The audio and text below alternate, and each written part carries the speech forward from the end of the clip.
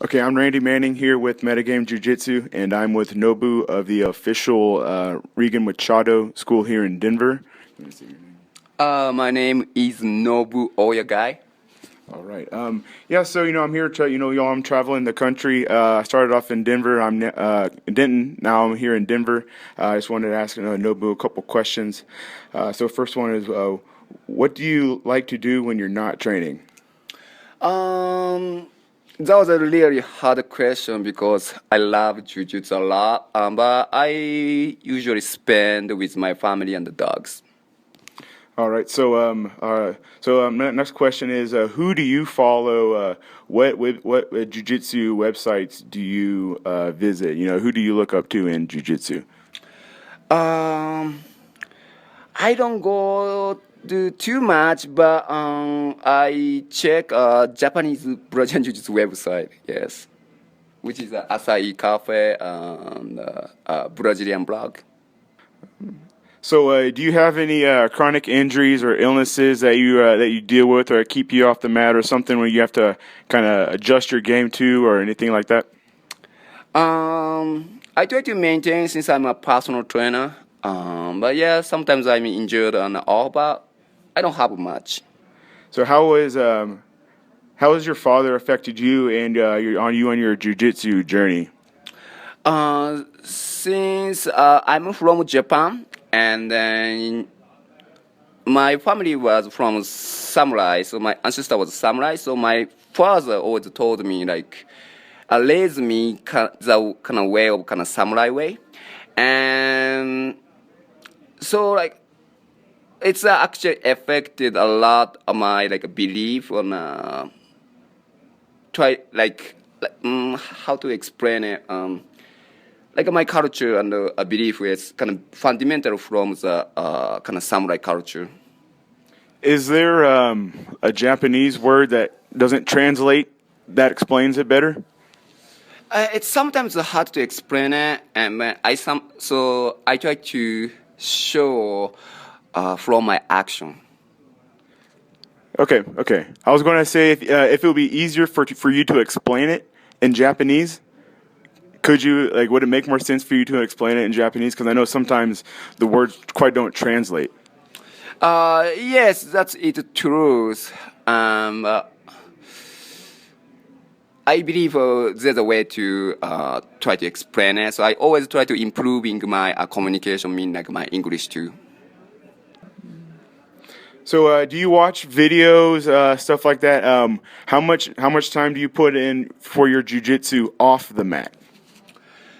I never count or how long, but I run a business too, so it's definitely limited time. But sometimes I watch somebody's fight, especially like some friends' fights. Yes. Okay. How important do you think it is to study jujitsu? Is he looking at books, videos, tape, stuff like that? Oh, I see. It's always good to study, but I think that's a big debate. People study online course and they get the belt and stuff like this. But definitely, if you can find the right instructor in your area, I think it's great. And it's book online and the video. Always you can learn something great information, and jiu-jitsu is more than just techniques, and I believe that behind building up character and the kind of spiritual growth. So it is better to you have a mentor and to guide you a right direction, I believe. Awesome. All right. So the next thing I wanted to ask, it sounds like you're from a samurai culture, so I struggle with discipline, things like this. This is one of the kind of the intangible things that is attributed to martial arts. I just want you to talk about what is discipline to you. How would you impart it to your students, or how do you cultivate it, things of that nature? So yes, samurai culture is pretty much like the art of discipline, and when they did martial arts, it's almost dead or alive. and so there's no second time actually. So they had to discipline and their art. For example, if you slacking your martial arts, then if you had to use it, and you have to pay for it for your life. And so requiring the samurai start building up strong discipline system, and the discipline system, yes, comes from just not only for I want to get the medal or I want to get the next belt. I think more than just for the kind of purpose. It's something more different. It's kind of hard to explain. Yes. So how do you teach or impart discipline to your students? Okay. So I think, I recognize, especially I'm living in America, it's so many different race and like a tribe. Comes from different culture. And I try to understand each individual culture too, because in Japan, it's only, most of like majority only Japanese. So, I see everybody different culture and of course beautiful culture. And how to approach to my student. And jiu-jitsu, there's a competition and then on the self-defense aspect. But on the mat, like when you get somebody battle position, and how you gonna react? You're gonna freak out or you're gonna calm down and try to use jiu-jitsu, which is requiring your self-control. And how you're gonna use self-control, it comes from your character. So that's, I think, more training for. And if you have great self-control, off the mat, I think your life is going to improve. Like your relationship with other people too, I believe. And so that's why I think people say like jiu-jitsu for life. I think it's very important.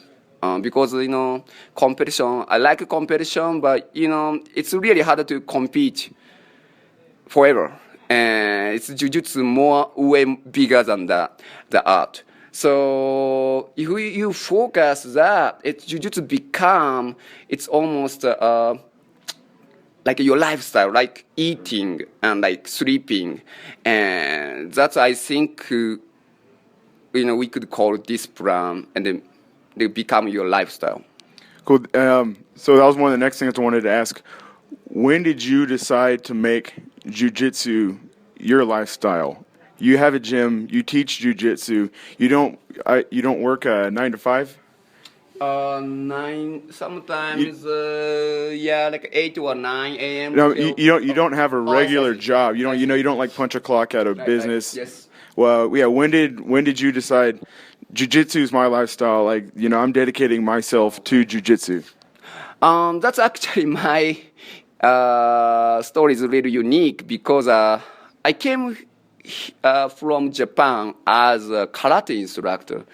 And so I left my country and the family and the friends for martial arts. So I'm kind of hardcore martial arts guy.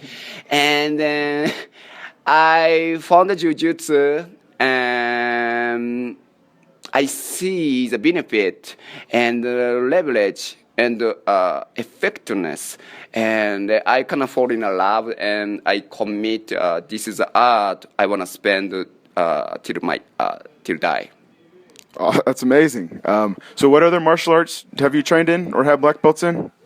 So yes, I have a full contact karate, like a Kyokushin style karate, and I have a second degree black belt. I compete internationally, and I have been studying wrestling and judo, kung fu, and Muay Thai. I went to I have been Thailand for training Muay Thai. I have been in Taiwan, Hong Kong for training kung fu. That time, just UFC started and Pride started. We didn't know what is the best martial arts, and recently I just recognized in the Street Fighter 2, the arcade video game when I was a teenager. That was like very exciting game. And I had a kind of mindset. It's a big influence to my teenager. So yes, I was a karate guy. I traveling all over the world to try see the art. And I just passionate about martial arts. And I met Brazilian Jiu-Jitsu. Luckily, I had the instructor show the Elio Gracie directly the art of self-defense Jiu-Jitsu, and Master Rigan Machado, and he told me like a philosophy of Jiu-Jitsu. He's a big competitor, but he told me it's more than competition. That's opened my eye.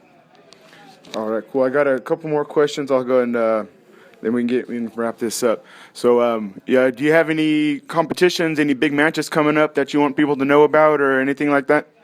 Yes, that's a good question. I'm fighting April 8th, Fight Win Pro, which is professional jiu-jitsu, and this time Denver, Colorado. And I will be honored to against BJJ legend Barreto Yoshida. And then the tickets don't sell. You can go to Fight Win, I believe MMA.com. If you type in a Fight Win and BJJ, it should be come up on Google, then you can buy the tickets. Yes. All right. So 2 more questions. One piece of advice for jiu-jitsu or someone getting into it, or any one piece of advice for jiu-jitsu. Can you say again one more time? A piece of advice for jiu-jitsu, if you had something to tell the jiu-jitsu community, what would it be? Oh, okay. So yes, for your instructor, and jiu-jitsu is like no sprint. I see sometimes people excited come to like 5 days a week, 2 times a day, and then sometimes disappear. It's like a sprint style. It's better to do like a marathon, even like once in a week, twice a week. You just keep continue the training, and after, if you look at the 3-5 years later, you will have something. And I think that's we can call this plan, and then you will receive like a priceless benefit.